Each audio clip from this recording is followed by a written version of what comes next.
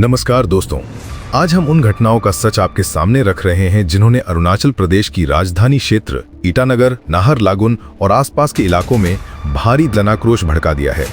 हाँ, ये वही मामला है जिसने पूरे राज्य को झकझोर दिया है।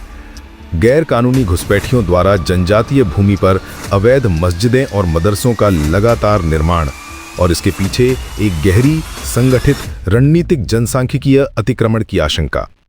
अरुणाचल प्रदेश एक पूरी तरह से जनजातीय स्टेट है। यहाँ किसी भी बाहरी नागरिक को प्रवेश के लिए इनर लाइन परमिट यानी ILP अनिवार्य है, लेकिन इसके बावजूद हजारों अवैध घुसपैठिए मुख्यतः बांग्लादेशी मूल के मियां मुस्लिम राज्य में घुस आए हैं, बस गए हैं और अब जनजातीय भूमि पर अवैध धार्मिक ढांचे खड़े कर रहे हैं। इसी के खिलाफ Arunachal Pradesh indigenous youth organisation APIYO ने एक बड़ा आंदोलन छेड़ दिया है। राज्य सरकार ने राजधानी क्षेत्र में अवैध धार्मिक ढांचों की पूरी सूची जारी की है, जिनमें शामिल है कैपिटल जामा मस्जिद, बोरम मदरसा, कोनकाड़ मस्जिद, निर्जूली मस्जिद, बोडा नमसी मस्जिद और 6 पंजाखाना। सभी निर्माण बिना अनुमति, बिना रजिस्ट्रेशन और जनजातीय भूमि पर अवैध रूप से खड़े किए गए हैं। नाहरलागुन के SP ने होम डिपार्टमेंट को रिपोर्ट भेजकर पुष्टि की है कि टोटल 12 मस्जिदें और मदरसे अवैध हैं। सबसे चौंकाने वाली बात, नाहरलागुन के हेलीपैड के पास भी एक अवैध मस्जिद बना दी गई। भवन का निर्माण 2009 में हुआ, लेकिन जमीन की लीज 2024 में मिली, यानी 15 साल पहले ही अवैध कब्जा कर धार्मिक ढांचा खड़ा कर दिया गया था। ये न सिर्फ अवैध है, बल्कि राष्ट्रीय सुरक्षा के लिए भी गंभीर खतरा है। APIYO के अध्यक्ष टारो सोनम और महासचिव तापोर मयंग ने अवैध मस्जिदों में जाकर दस्तावेज मांगे, लेकिन एक भी कागज नहीं दिखा सके। जब मौलाना से कहा गया कि भारत माता की जय बोलिए, उन्होंने साफ इनकार कर दिया।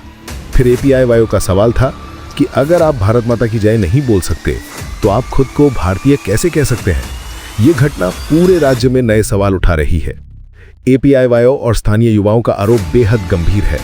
ये सिर्फ घुसपैठ नहीं, ये एक सुनियोजित जनसांख्यिकीय कब्जा यानी डेमोग्राफिक इन्वेजन है। फर्जी ILP, जनजातीय जमीन पर कब्जा, मस्जिद मदरसे बनाकर स्थायी बसावट और धीरे धीरे जनसंख्या बढ़ाना, इन सबको मिलाकर स्थानीय लोग इसे रणनीतिक विस्तार मान रहे हैं जो भविष्य में राज्य की जनसंख्या बदल सकता है। एक महिला सदस्य ने कहा कि अगर अभी नहीं जागे तो हमारी हालत भी चकमा समुदाय जैसी होगी, बिना जमीन के अपने ही राज्य में। APIYO और कई स्थानीय निवासियों का दावा है कि इन अवैध घुसपैठियों द्वारा ड्रग्स की तस्करी, फेक गोल्ड, फेक करेंसी, छेड़खानी, बलात्कार और यहां तक कि हत्या तक के मामले तेजी से बढ़ रहे हैं। कुछ सदस्य आरोप लगाते हैं कि इनके इतिहास में हिंसा है। दिल्ली ब्लास्ट जैसी घटनाओं में इनके ही लोग शामिल पाए गए हैं। APIYO ने 15 नवंबर से राज्यव्यापी आंदोलन शुरू किया है।